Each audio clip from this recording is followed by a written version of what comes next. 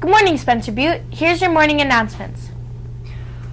The Martin Luther King Poetry Contest has just kicked off. There's a lot of things to showcase for venues in your writing.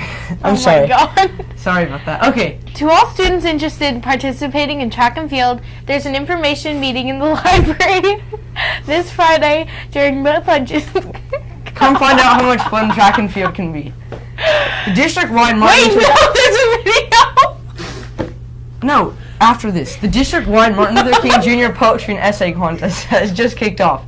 Entries are due on February 9th, and winners get a variety of prizes and venues to showcase the writing. For more information, please get a flyer from the office. Thank you for following the yearbook photographers. I can do it. Okay. Thank you to the following yearbook photographers for covering some of the subjects last week.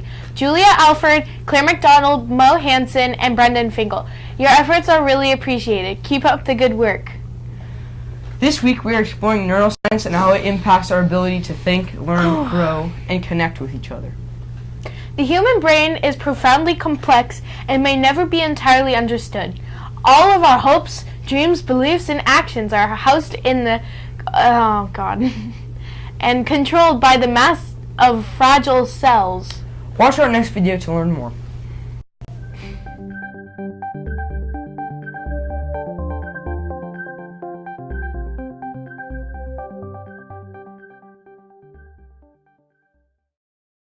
So we're going to talk about the brain, and as far as we can tell, we're the only species on the planet that has grown so sophisticated that we've thrown ourselves headlong into this game of deciphering our own programming language.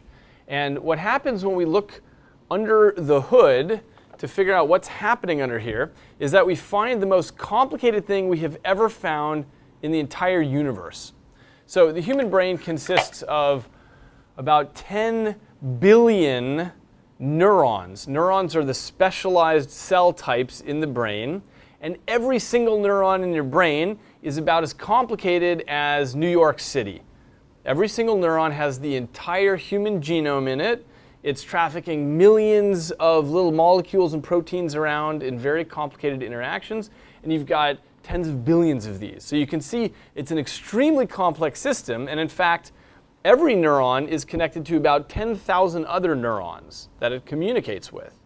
And so if you look at the number of connections in there, you have hundreds of trillions of connections. And what that means is that if you were to just take a little tiny chunk of brain tissue like this, there are as many connections in there as there are stars in the Milky Way galaxy.